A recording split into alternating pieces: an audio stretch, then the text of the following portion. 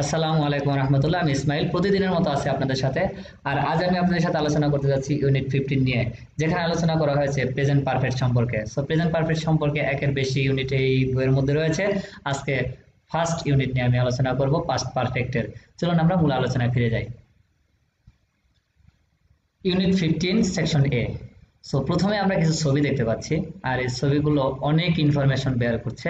So আমরা প্রথম assumption করে কিছু চিন্তা করি, সেটা হচ্ছে গেল এক ভদ্রলোকের শু, সে ডার্টি শু, ময়লা, এবং সে ক্লিন করতেছে, এবং ক্লিন করা কমপ্লিট হয়ে যাওয়ার পরে সে পরিধান করে আছে।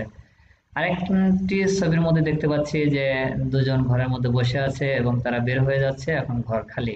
সো এ দ্বারা আমরা কি বুঝলাম, দেখি আমরা সেন্টেন্স গুলো পরে বোঝার চেষ্টা করি। হিজ শুজ আর ডার্টি, তার শু গুলো হচ্ছে ডার্টি, নোংরা। হিজ ক্লিনিং হিজ শু, সে তার শু গুলোকে এখন পরিষ্কার করছে। I have cleaned my shoes, তার শু গুলো এখন অলরেডি ক্লিন হয়ে গেছে। He has clean his shoes আর ক্লিন নাও।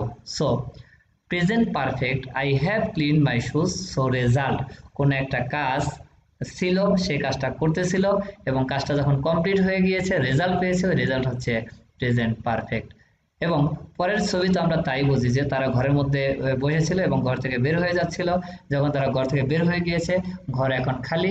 এই খালি ঘরটা হচ্ছে রেজাল্ট, আর এই রেজাল্টটা হচ্ছে present perfect. They are at home, they are going out, তারা বাসায় আছে এবং তারা বাসা থেকে বের হয়ে যাচ্ছে। দে হ্যাভ গন আউট, তার মানে বাসা থেকে তারা বের হয়ে চলে গেছে, বাড়ি এখন খালি।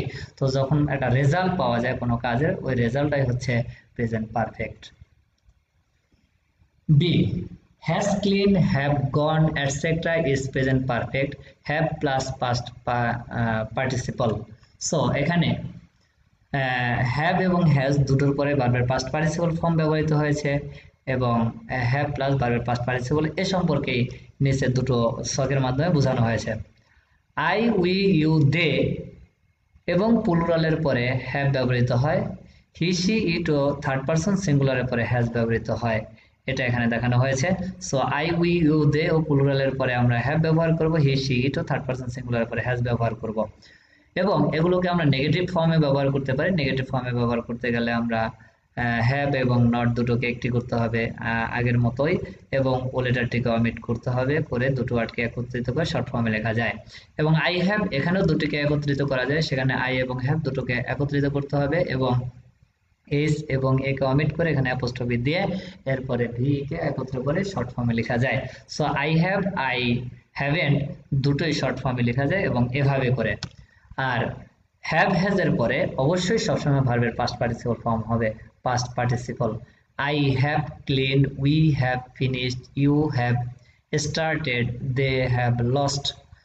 I haven't done, you haven't been, they haven't gone.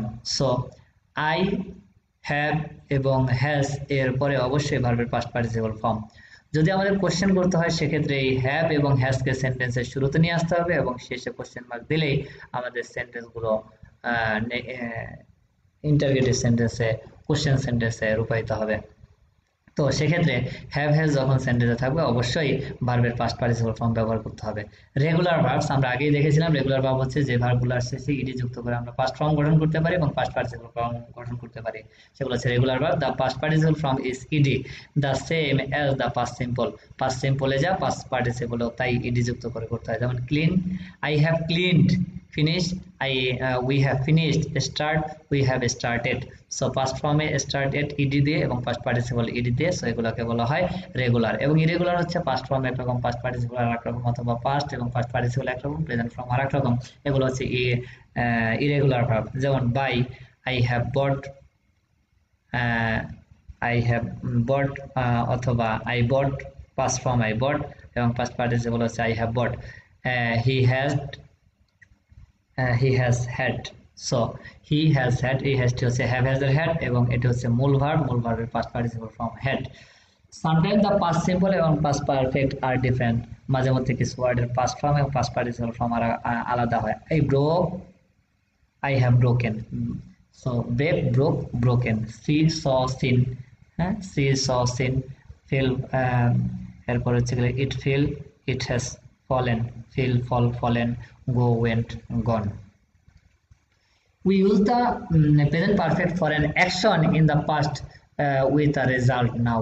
So কোন একটা কাজ অতীত হয়ে গিয়েছে এবং তার রেজাল্টটা বর্তমানে আছে, এইসব সেন্টেন্স আমরা প্রেজেন্ট পারফেক্ট ব্যবহার করি।